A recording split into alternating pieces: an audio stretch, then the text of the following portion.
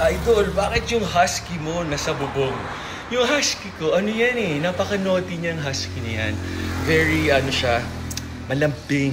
In other words, papansin. So, linagay namin siya sa farm para maluwag-luwag yung turf niya. Tapos yung K9, sa gabi namin nilalabas yung K9. Tapos siya naman, may malaki siyang room para sa kanya. Para may guard dog kami sa backyard kasi tabing river.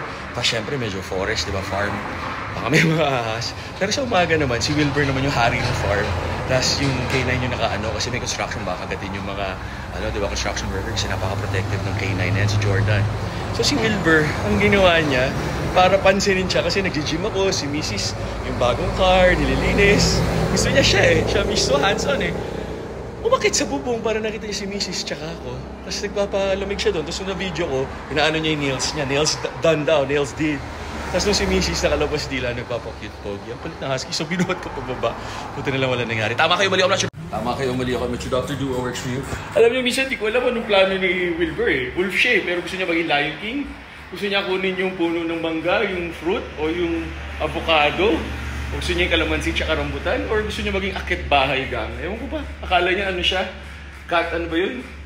Ano ba yung tawag doon? Hindi cat whisperer eh. Cat ano? Parang Catwoman yung akit bahay.